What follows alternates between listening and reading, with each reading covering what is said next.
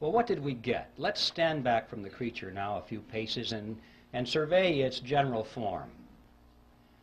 We got a corporation chartered by Congress, which was given an exclusive franchise to create the nation's money. We got a mechanism whereby Congress has been able to raise unlimited amounts of taxes through inflation without the American people even knowing that they're paying the tax. And we got a mechanism whereby the banks can earn perpetual interest on nothing. I'd like to turn our attention now to an intriguing question, which is who owns the Federal Reserve System?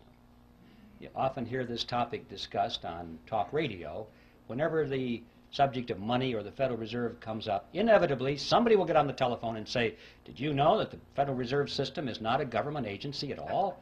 It's a private corporation. It's run by the private banks, and what we need to do, they'll say, is to abolish the Fed and turn it over to Congress so it can be run for the benefit of the people.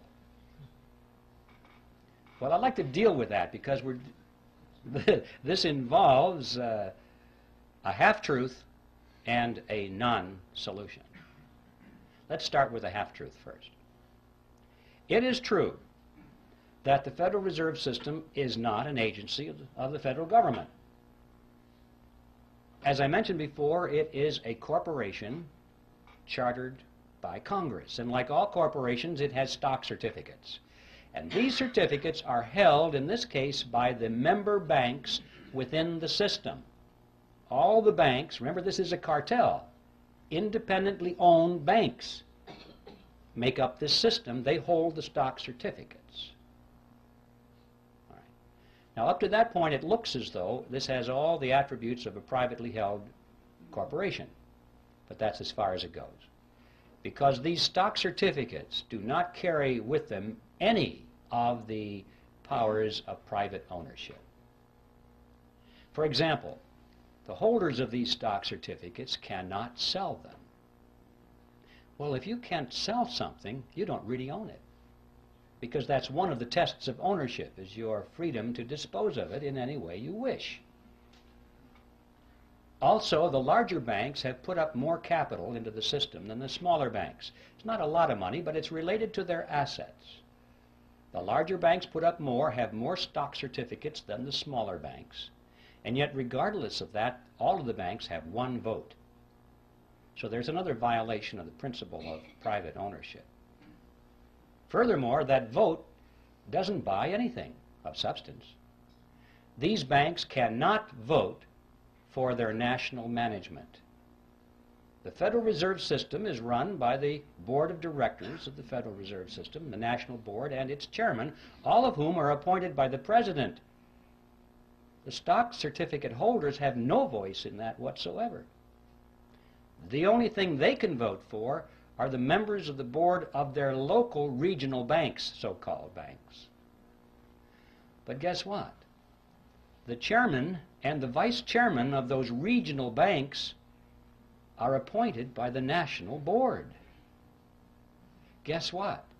They can vote for their officers of the regional banks, but they can be overridden. The national board has veto power over those people.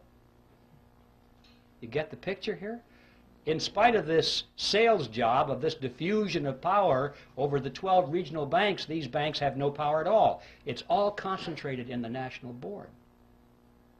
The only thing that the regional banks can do, according to their charters, of any substance, is to set the interest rates within their regions. But guess what? Even that is subject to veto by the national board.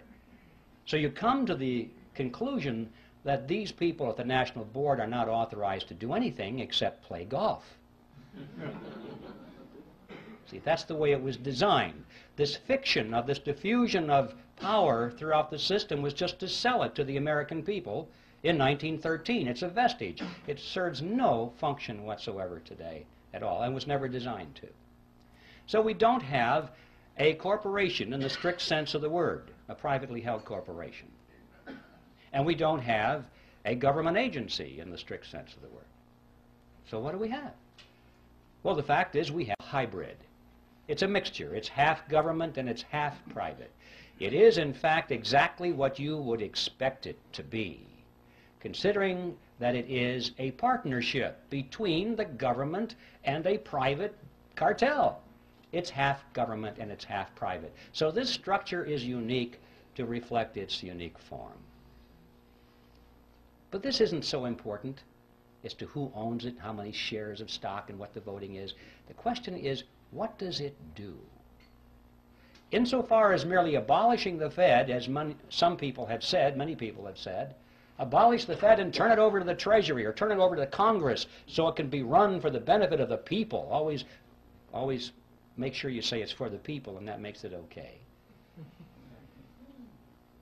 It would do the same thing over there that it does over here.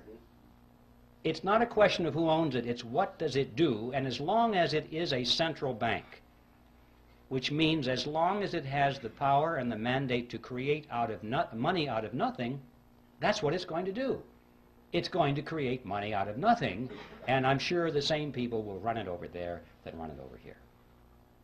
We must remember that all of the central banks of Europe are in fact direct agencies of their respective governments. They are not these hybrid organizations over there that they are here, because there was no necessity to create that myth over there.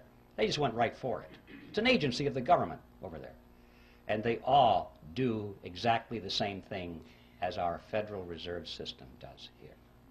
So you see, just turning it over to Congress without taking away its power to create money out of nothing is a non-solution. And I'm sure that the people who run this would be willing to use the same kind of deception they did back when it was created. They would pretend to resist that idea. They would fight it with all of their might, at least in public, knowing that they could yield on that and have it turned over to the Congress and they'd still have control over it. So that is a non-solution.